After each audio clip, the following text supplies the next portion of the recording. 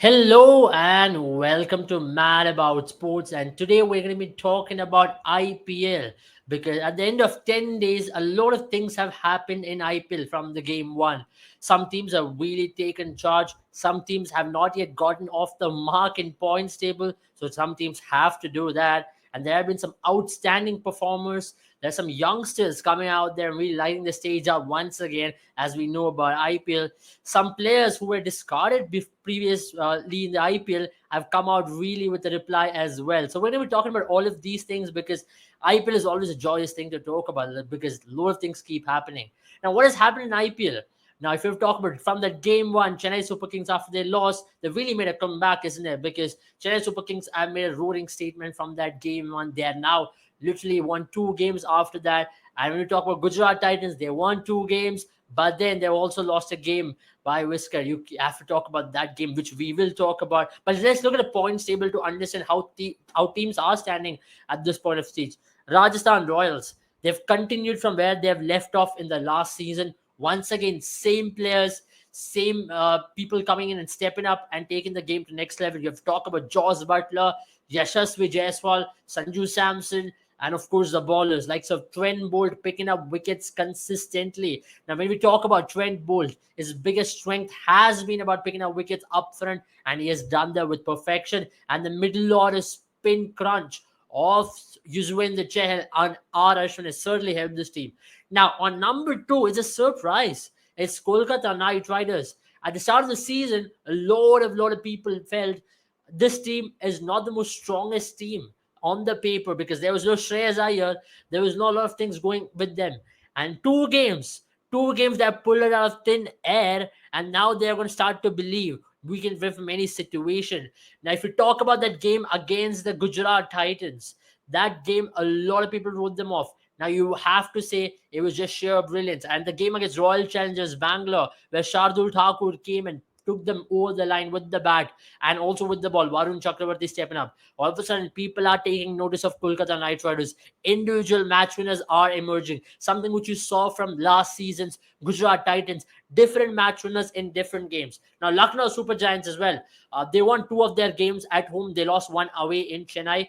But winning at home has been so important for them. That pitch, when it starts to spin, likes of Ravi Bishnoi stepping up, likes of Krishnappa Gautam stepping up, likes of Krunal Pandya stepping up, and also to add to that, Kyle Mayers, that has been their biggest, brightest sports prospect in this season.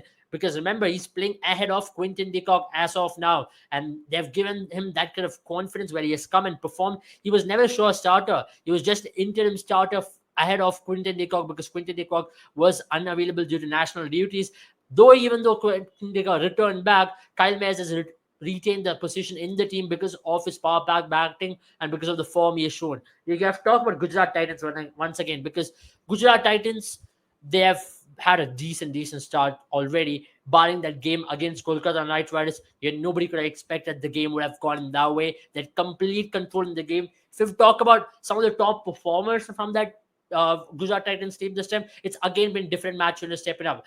Who would have imagined Vijay Shankar is back to scoring runs again? A lot of people were criticizing why did Gujarat Titans retain Vijay Shankar, but boy, oh boy, didn't he answer with the bat by playing that exemplary knock against Kolkata Knight Riders. His knock has gone under the shadow because of what Rinku Singh did later on in that game and also with what Venkatesh Iyer did. But then you have to say Vijay Shankar has been certainly a bright prospect for Gujarat Titans alongside Sai Sudarshan, one of the leading run getters of the season. Once again, scored close to 130 runs this season, and he scored two back-to-back 50s as well. So he's definitely another player to watch out for from Indian team's perspective as well. Chennai Super Kings, though they're number 5 in the table, have gotten off to a good start after that first game. Looks like the team is coming together very well. And again, a player like Ajinkya Rahane coming in to step up and score the fastest 50 of this year's IPL by 19 balls against Mumbai Indians in his home ground was the turning point for them as well. Because not a lot of people thought Ajinkya Rahane will be getting an opportunity. And when he did, he really did answer with the bat. And all of a sudden, Ruturaj Gaikwad's performance with the bat and adding to that, Conway did step up as well in the second game. And of course, you have talked about the middle order, Rayudu and MS Dhoni coming in and finishing. He's been doing that with perfection so far in this season, and bowlers stepping up. We've talked about Jadeja and Sandner. Their spin bowling ability through the middle overs has certainly helped this team to shape up pretty well now. And now remember, Mahesh Tikshana also will be an added bonus for this team when they play at Chepauk. Punjab Kings, another team who got off to a brilliant start. Two games on a row, and they lost the game to Sunrisers Hyderabad. But Punjab Kings looks very good a very good team at this point, because they've had players to step up, like Prab Simran Singh. We did talk about him in the preview as well. This is going to be a season for Prab Simran Singh to step up, and Shikhar Dhawan has certainly taken the mantle of captain. He has given them that stability, so the players around him can go out there and play aggressively. Rajapaksha played beautifully in the first game, and of course he got injured in the second game, but they'll be hoping Liam Livingston, who will be joining the camp from the next game, will make an impact to this team as well. And talk about the bowling, Sam Curran has stepped up, likes of Arshdeep has stepped up, Rahul Chahar also did step up, and Nathan Ellis has been another bright prospect, because though Kagiso Rabada is back, Punjab really believes a very similar case to what has happened with Kyle Mayers as well. Punjab believes Nathan Ellis is the bowler in form, and we're going to give him the nod ahead. And he has done no wrong at all so far. He along with Arshdeep and Samkaran has bowled beautifully so far in the middle overs, in the power play, and towards the death as well. Now, Royal Challengers Bangalore had a great start by defeating Mumbai Indians, but they fell apart against Kolkata Knight Riders. You can say Shardul Thakur just stole the entire show, and they fell to mystery spin of Cyril Narayan and Varun Chakravarti. They had no clue about, because they were all over Bangalore like rash, and they could not answer in that game which they played away. They will play the next game against Lucknow, and that is going to be while by the time this video might be uploaded, you might know that there's already a result to that game as well.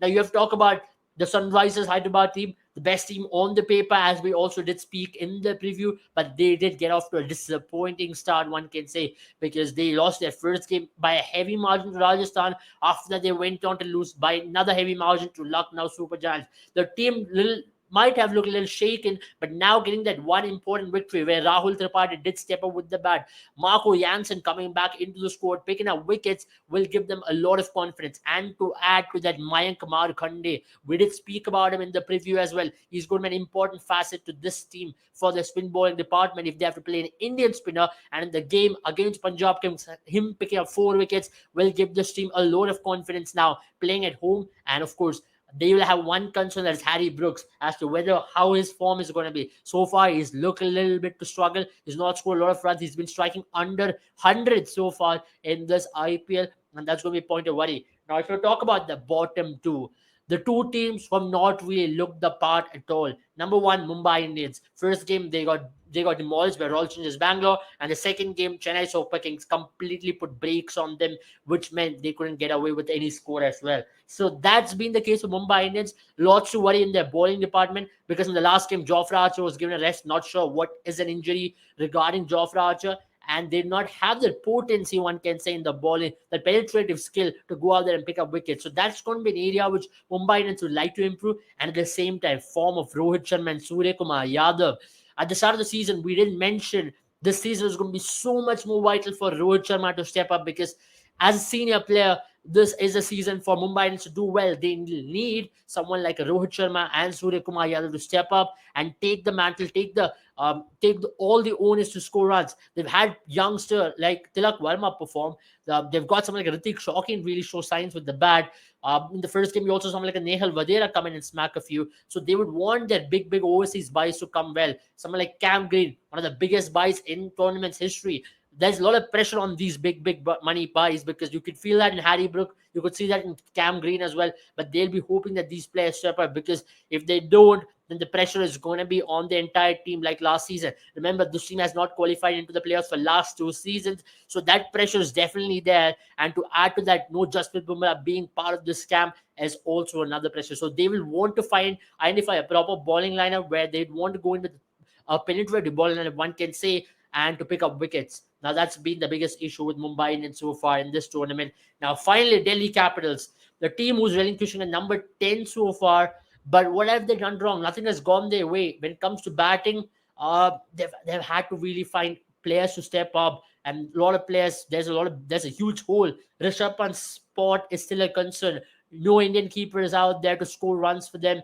And David Warner, though he's been scoring runs, but has it been impactful runs? Now that is the biggest question for them, because it's so important at the end of the day for people to come and score runs. Let's look at the orange cap leadership as well, because you can see in the orange cap list there are players like Shikhar Dhawan who has played two great innings, and in the last innings you have to say he played one of the best knocks of IPL, where his team was 88 for 9 and carried them to 143. Ruturaj Gaikwad has been impactful. Look at the average out there. He's been impactful, and also look at the strike rate. Ruturaj has been striking at a close to 150, 160 this season.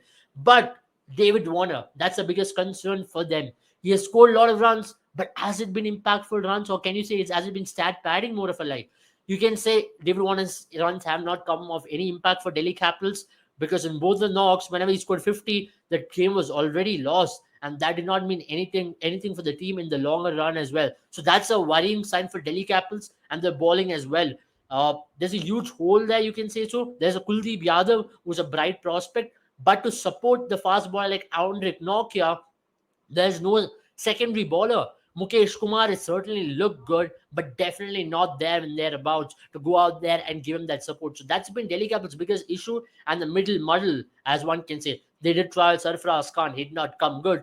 They did try with someone like Wiley Russo up top, he did not come good. And Mitchell Marsh has taken a break for a week from the IPL for personal reasons and for his wedding. So there again, it's a major issue for Delhi Capitals, because they can't keep losing, because IPL is a tournament, you can get on streaks and you need to come out of the streaks very, very quickly. There can be a winning streak, there can be a losing streak. It's about how teams handle them both. A team which can handle a losing streak better, to come out of it, a team can go on to do well. We have seen historically teams have lost 5 games in a row and still go on to qualify into the playoffs, and especially Mumbai Indians in 2014 and 2013, 2015, you can say so. They lost first 4 games and first 5 games, but they still went on to make it to the playoffs. So there is still hope for Delhi Capitals. Nothing is lost. It's a long tournament. Anything can happen, because momentum is an important factor in this tournament. Once you get that positive momentum driving you through, you just have to drive on it or ride on it, and then things will happen. But now, what Delhi Capitals are looking for, individuals to step up, than more than as a team for them to step up. Maybe they can trust someone like a Yash Dul to step up as well. Now let's talk about the bowlers, right? Because we have to talk about some of the shining bowlers of this season. Then you talk about the purple cap, Mark Wood. You have to say 8 wickets there, and one includes a 5 wicket haul against Delhi Capitals, where he dismantled the middle order of Delhi Capitals with sheer pace, bouncing some of the batters out, bouncing some of the Indian domestic batters out. And Mark Wood really saying this is what international cricket will look like. And of course, Rashid Khan, a hat-trick hero against Kolkata Knight Riders, came in where he had a very ordinary day, but then Rashid Khan's class is such that even on an ordinary day, he can make things happen. He picked up a hat-trick, but can you believe Gujarat went on to lose that game? Because that has been the game of the tournament, and we've been repeating it for way too long. Yuzvendra Chahal picked it up from where he left off last season, bowling beautifully, back in form, and that's Yuzvendra Chahal's class. Give him the ball and he can make things happen no matter what the pitch is like. And he's been one of the star players of this season, and one of the reasons why Rajasthan sit comfortably on top of the table as well. That's been the case with bowlers as well, because you have to talk about some of the other bowlers as well who have not really stepped up. If you talk about Avesh Khan, he was injured for a match, but then you would say he's dropped down a lot of pace. If you talk about someone like a Mohammad Siraj, he's not really continued from where he was performing for Team India. Now that's going to be a concern for Royal Challengers Bangalore as well. Now, if you talk about when you talk about the Indian contingent, Deepak Chahar has been now possibly going to miss out a lot of games because he's injured once again. He's pulled out a hamstring injury, so we don't know how long is he going to be missing out of this year's IPL. So Deepak Chahar has not really looked impressive as well. Bhuvneshwar Kumar is another bowler who's not really looked impressive so far in this tournament. He looks slightly rusty, and that's primarily because of the form he was coming into this year's IPL with.